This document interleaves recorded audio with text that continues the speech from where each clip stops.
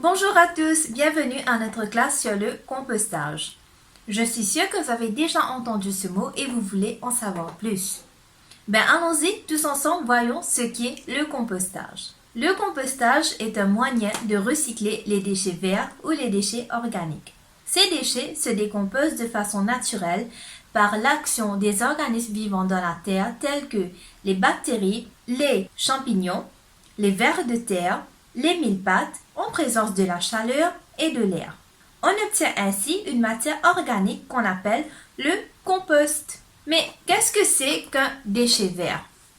Un déchet vert, qu'on appelle aussi un déchet organique, vient de sources naturelles et se décompose très vite. De ce fait, les déchets verts sont considérés comme non polluants. Alors, quels sont les bienfaits du compostage? Il alimente le sol en matière organique et en nutriments, améliorant ainsi sa qualité et sa santé. Le compost nous permet de cultiver des plantes sainement. En utilisant du compost, on va réduire l'usage des engrais chimiques dans notre jardin. De ce fait, on protège notre environnement. De plus, le compost enrichit la biodiversité car il permet à plusieurs micro-organismes vivant dans la terre de agir ensemble pour nous donner du compost. Et le compostage est une très bonne façon de se reconnecter à la terre et à la nature. Quelles sont les matières à utiliser pour faire du compost? On utilise uniquement des matières biodégradables, c'est-à-dire des matières qui vont se décomposer naturellement et vont pas laisser de traces, telles que les matières vertes et les matières sèches.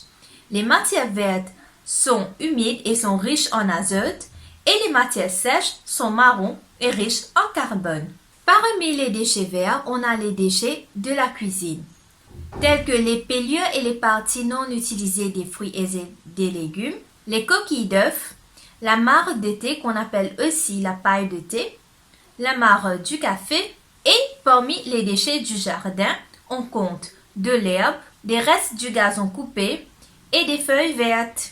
Et parmi les déchets marrons, on a les déchets de la maison tels que les boîtes en carton non imprimées, des papiers non imprimés, des rouleaux en serviettes en papier et des serviettes en papier usagées.